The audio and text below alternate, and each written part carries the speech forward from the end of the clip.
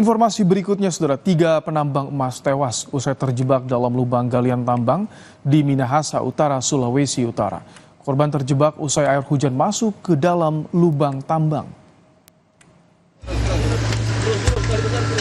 Tim SAR mengevakuasi 3 jenazah petambang emas yang terjebak di lubang galian tambang Desa Tatelu, Minahasa Utara. Korban diduga tewas akibat terjebak usai air hujan masuk ke lubang tambang. Sempitnya lubang tambang dan kedalaman yang mencapai 40 meter menjadi kendala. Dibutuhkan waktu selama 2 hari hingga bisa mengevakuasi ketiga jenazah itu.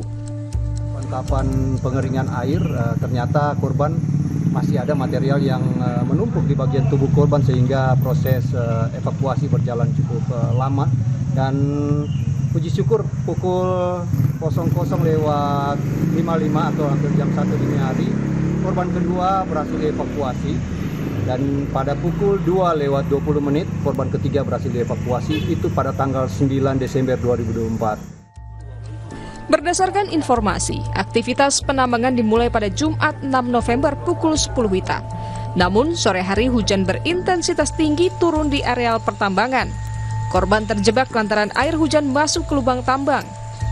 Kini seluruh jenazah korban telah diserahkan pada keluarga untuk dimakamkan. Tim Liputan, Kompas TV.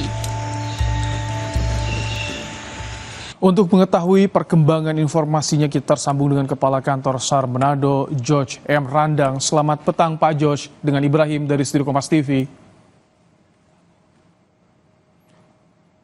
Halo, selamat petang, Pak George. Halo, selamat petang. Baik, Pak George, Ibrahim, ya. bisa dipastikan saat itu ketika 3 korban berhasil dievakuasi, tidak ada lagi korban yang terjebak di dalam lokasi tambang, Pak George? Baik, dapat kami sampaikan bahwa dalam operasi evakuasi, sesuai dengan data awal yang kami terima, mengacu dari laporan dari keluarga korban maupun dari pihak kepolisian, dalam hari ini Polsek Timembe dan dari Polsek wilayah atau Polres wilayah Air Madidi atau Minahasa Utara, bersinergi memberikan data bahwa memang betul hanya 3 orang yang terjebak di dalam lokasi pertambangan tersebut. Ya. Pak George, bisa diceritakan kepada kami, digambarkan seperti apa proses evakuasi saat itu? Kita lihat bersama di visual, bahu-membahu warga dan juga tim SAR ini ekstra keras untuk mengevakuasi korban.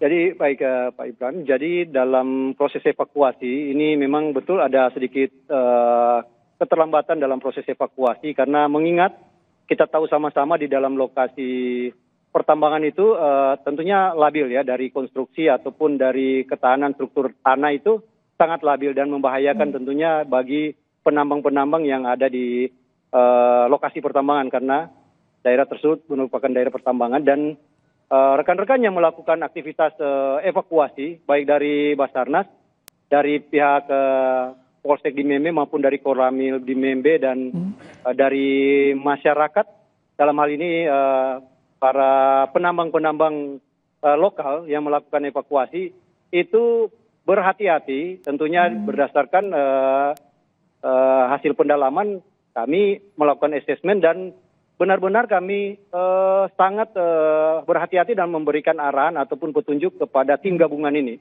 Karena resikonya kita tahu sama-sama ancamannya bagi penolong itu bisa tertimbun.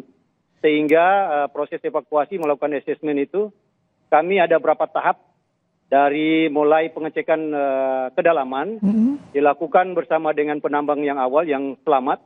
Yang kedua mulai memeriksa tentunya struktur dari bangunan ataupun rangka dari lokasi tambang. Yang ketiga setelah melakukan pengurangan debit air, ada tim kerja yang diarahkan oleh tentunya pelaksana operasi, dalam hal ini kasih operasi dan rekan-rekan gabungan ya. Itu berapa kedalamannya Pak George? Baik, untuk kedalaman kurang lebih 40 meter sesuai dengan informasi dari rekan-rekan penambang. 40 meter saat kejadian ada berapa penambang sebetulnya?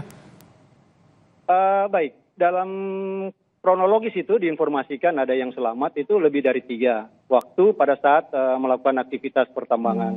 Namun pada saat terjadi luapan air pada informasi kronologis mereka melakukan aktivitas dan terjadi semacam banjir di dalam ruangan itu pas mulai dari awal, dari bawah lubang tambang. Mereka ada yang terjebak, ada juga yang berhasil menyelamatkan diri. Sehingga yang terjebak ini tidak bisa berbuat apa-apa sesuai dengan informasi yang selamat bahwa mereka tidak bisa menyelamatkan karena space dari ruangan itu sangat terbatas. Kalau Ini yang membuat mereka terjebak. Oke, kondisi korban yang selamat bagaimana saat ini? Apakah lemas kondisinya atau seperti apa Pak George? Baik, dalam kondisi tentunya dalam kondisi panik ya, mereka mengupayakan untuk evakuasi mandiri, melakukan penyedotan air ya untuk mengurangi debit air, tetapi tidak berhasil. Dan akhirnya melaporkan ke pihak Polsek di Membe dan Koramil serta pemerintah daerah, camat dan rekan-rekan sesama penambang. Setelah itu dikoordinasikan ke Basarnas sehingga kami langsung merespon dengan mengirimkan tim yang tentunya diharapkan tim yang mampu untuk bekerja di confined space, daerah-daerah terbatas. Dengan peralatan kami siapkan. Namun dari langkah-langkah pertama itu kami memahami dan koordinasi dengan korban yang selamat bahwa dia menyaksikan dan dia kondisinya stabil, sehat. Sehingga langkah operasi yang kita lakukan, kita melaksanakan asesmen dulu, memantau lokasi adakah daerah-daerah yang rawan lagi untuk terjadi longsor susulan ataupun ini. Sehingga kami benar-benar hati-hati dalam mengambil sikap, terutama dalam pertambangan. Sehingga korban secara bertahap, korban yang pertama, yang kedua dan ketiga berhasil dievakuasi. Ini di waktu-waktu itu lokasi tambangnya safety tidak Pak Jos? Apakah ini termasuk tambang ilegal dikelola oleh warga? Sejak kapan ini beroperasinya Pak Jos? Baik, untuk pertambangan itu mungkin dari pihak tertentu ya yang akan menjelaskan. Kami dari Basarnas hanya konsentrasi ke proses evakuasi atau pencarian pertolongan. Dalam proses itu kami menerima informasi, kami berkoordinasi dengan instansi terkait, dan kami melakukan asesmen langkah-langkah antisipasi juga bagi tenaga penolong. Kami informasikan juga, jadi kami melakukan pertolongan pertama itu bersama dengan tim penambang lokal, itu cukup alot karena memang resikonya sangat besar, dan berhasil semenjak diterima laporan di hari Sabtu, kami langsung aksi dan berhasil dievakuasi satu korban itu pada pukul 1:20 ya, di hari Minggu atau di tanggal 8 Desember 2004. Dan di tanggal 9 kami berhasil mengevakuasi di kurang lebih waktunya hampir bersamaan di jam 1:55 di tanggal 9. Dan korban ketiga kita berhasil mengevakuasi di jam 2:20 local time atau di seluruh korban 9 Desember. Berhasil dievakuasi ya. Dalam kondisi tentunya baik. Terima kasih Pak George M. Randang, Kakansar Manado, Sulawesi Utara telah menyampaikan bagaimana proses evakuasi 3 penambang di Sulawesi Utara. Terima kasih Pak George.